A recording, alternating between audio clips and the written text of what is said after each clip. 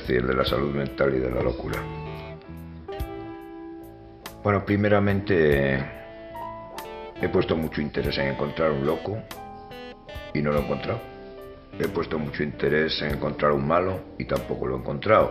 Yo entiendo que muchas personas se escandalizan siempre cuando hago estas aseveraciones tan contundentemente.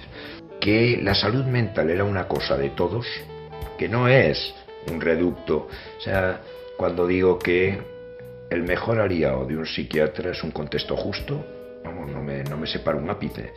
Nuestro servicio es una antena parabólica abierta a la comunidad que refleja todas las disfunciones sociales y que pasa siempre finalmente en el sufrimiento de las familias y las familias también en el eslabón más débil, ¿no? Etcétera, etcétera. O sea que todo esto es un continuum y la salud mental se hace desde el Parlamento.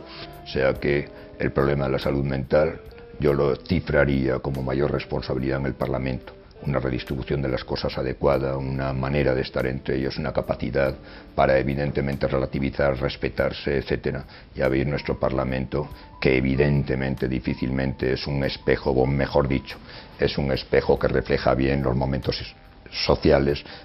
Esperar en nuestros despachos a que aparezca el sufrimiento cristalizado en ocasiones es como de un camino y un tiempo perdido, de una irreparabilidad con costes y a veces con parches porosos. Sin embargo, la anticipación, no a lo social, lo preventivo, me parece que es más fundamental. El problema de lo preventivo es que es inevaluable. Yo creo que este es un gran problema de la psiquiatría. Los grupos medianos y grandes tienen una ventaja enorme para el cambio psíquico de cualquier ser humano y también del psicótico. O sea, es el instrumento más poderoso con el que yo trabajo en cuanto a cambio psíquico en las personas, a posibilidad de entender y de ver y de cambiar y de romper un prejuicio, ¿no? Ha habido formaciones que implicaban siempre el abandono institucional, cosa que tampoco he entendido mucho, porque después en nuestro oficio es muy frecuente que personas que hablan de patología grave, ¿verdad?, y viven casi de poder ir por congresos, etcétera, no vean un paciente jamás en su vida. O sea que, pero bueno, eso sería como hablar también de las formaciones reactivas y de cómo a veces las instituciones se las ingenian para neutralizar la creatividad de las personas. Por ejemplo, generando un daño y un traumatismo psíquico, como ocurría no tan frecuentemente en el último en llegar. Le ponen situaciones tan terribles, pacientes más graves, situaciones que le genera un shock que lo único que uno pretende es salir de allí, y son formaciones reactivas, más de huida de la locura que de un ir hacia un entendimiento de... Claro, cuando el médico entiende que las lágrimas es un magnífico antidepresivo si son acompañadas, bueno, empieza a ver que además de los antidepresivos, si no, estaríamos echando agua a lugares que no y reprimiendo cosas que tienen que salir siendo acompañadas. Bueno, pues esta manera a veces de entender que la vida es complicación, que a veces nos vienen mal dadas y que es bueno que eso pueda ser expresado y que además pueda ser acompañado y entendido por el otro, creo que es algo fundamental. La locura, pues decir que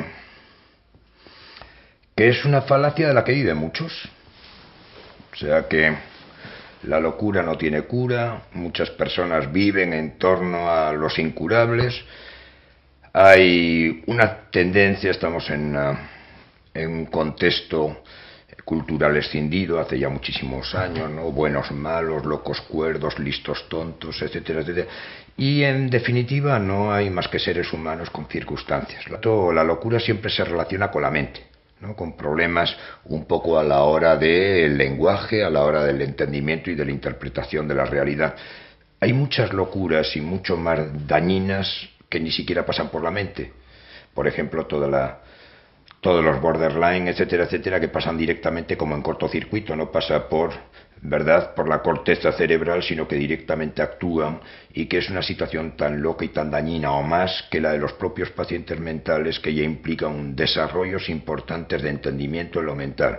O sea que los delirios, etcétera, implican ya una gran capacidad muy superior al de otras personas que sin embargo no denominamos locos, generalmente se denominan más delincuentes, malvados, etcétera, que tienen también otras áreas de su capacidad de pensar, pero que pueden ser perfectamente inconscientes, ¿no? En cierto modo de lo que hacen o de lo que sufren, etcétera.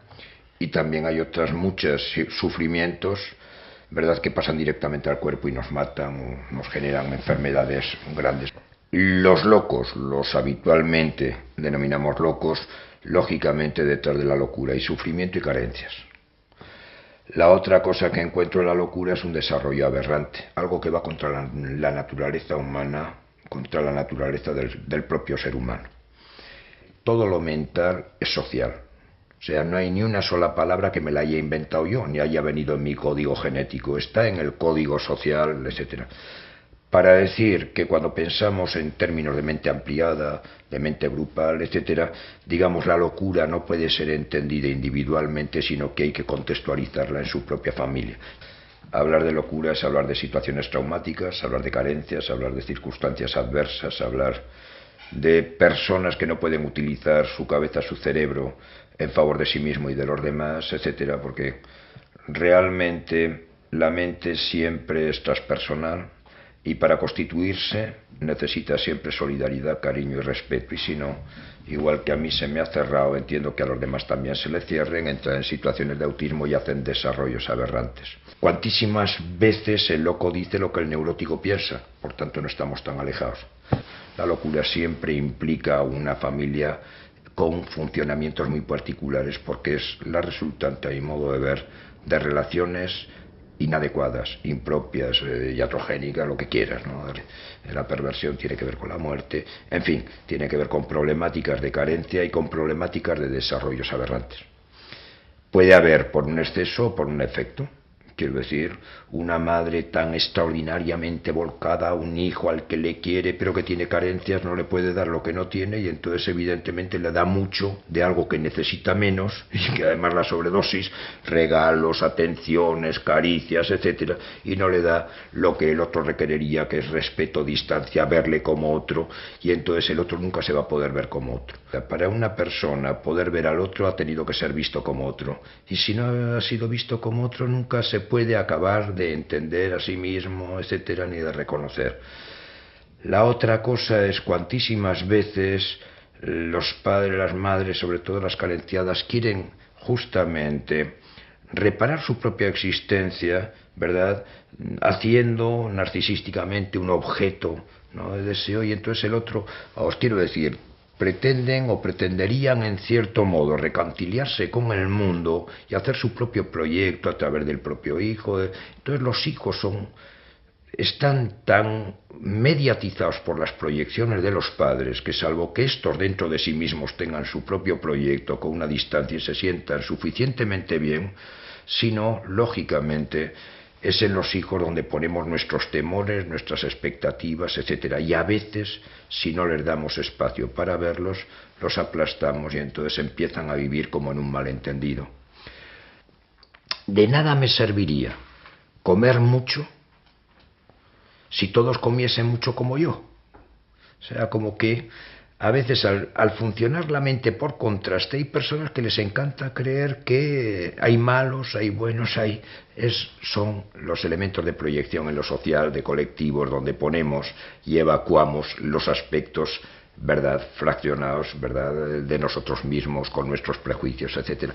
Todos los temas de la xenofobia, etcétera, todo eso es locura. Lo que sí sé es que todo ser humano, cuando se encuentra en una relación donde es visto, donde es respetado, y solidaria, en general siempre encuentra elementos de mejoría. La otra cosa que sé es que el paciente, como se decía, ¿no?, va a la locura, evidentemente no tiene que ver con él, porque él no puede hacer otra cosa que además confirmar en lo real lo que él sospecha desde lo mental.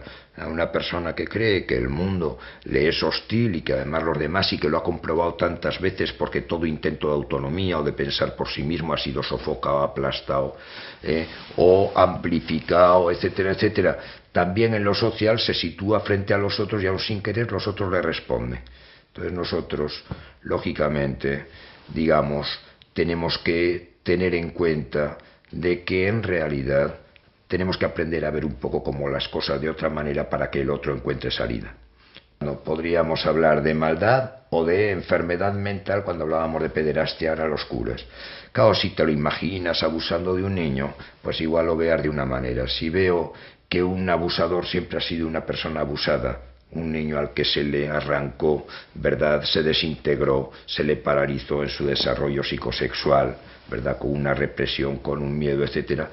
Pues lógicamente cuando se encuentra frente a un niño que hace de espejo, vuelve un poco hacia una regresión al momento en el que él se quedó y aún sin querer, en ese momento nos dice a todos que él está ahí y a veces puede tener unos niveles de ternura que para nada tiene que ver con los prejuicios sociales. Así que cada vez que nos escandalizamos de alguien es porque esa parte está escindida en uno y cada vez que se hacen grupos para llamar locos a los otros es porque adolecen de las mismas locuras.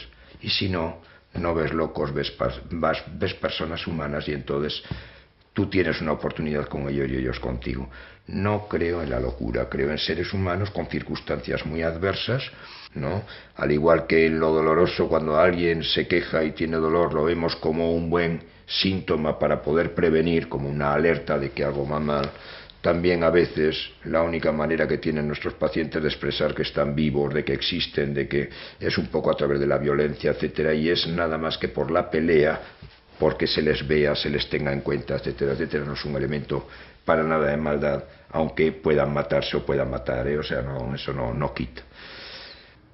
Si yo fuese político para pensar en la salud mental de la población, lo primero que haría es dar la oportunidad a toda madre en crianza, la oportunidad de estar con su niño si tuviese pagado, quiero decir, desde el Estado, como el trabajo y la mejor contribución. Y sin decir que otras personas, unas madres, puedan optar por otras alternativas porque se sientan o intuyan que no son las personas que más se pueden ilusionar y que puedan aprovisionar, digamos, de una sustituta materna. Porque las funciones materna y paterna no pasan por lo biológico, sino por una función que se hace en torno a las necesidades del niño y que puede a veces estar mucho más adecuadamente puesto en la persona que no es la madre biológica, aunque lo habitual es que sea ella, pero puede hacerlo mejor otra madre que sintoniza, que es capaz de captar el llanto, la alegría, de disfrutar. Y eso hablaba un poco de la psiquiatría, preveyendo los lugares donde hay situaciones que son tan extremas que si una persona no tiene, además de las compañías naturales, soporte institucional para ayudarles, porque esto no se aprende en los colegios, tiene muchos riesgos de quedarse atrapados en unas situaciones y en unas heridas que no cierran y que además van generando nuevas heridas, porque esto es como las infecciones, va disminuyendo las defensas, eres más vulnerable y entonces se te cierra el círculo vicioso. Interior, cada vez que nos integramos, como siempre, nos reconciliamos un poco con nosotros, pero también con el mundo y con las personas que representan esos aspectos, como con la autoridad, y es como un proceso de reconciliación con uno, como la identidad pasa un poco por cuanto más es uno, más social se vuelve. Es curioso, porque se va reconciliando con todos los demás y se hace más empático y sobre todo al sufrimiento. O sea, cuando yo manifiesto que todas las personas nos merecen un enorme respeto, pero más el paciente mental. Y siempre he dicho, y he afirmado que nadie tiene mérito alguno por ser lo que es. Y que si algunas personas tenemos la posibilidad de estar hablando hoy aquí, ¿no?, entre nosotros, o de poder gozar de muchas cosas en merced a que hemos tenido unas circunstancias, y que si eso que tenemos es auténticamente nuestro, aparece en forma de solidaridad.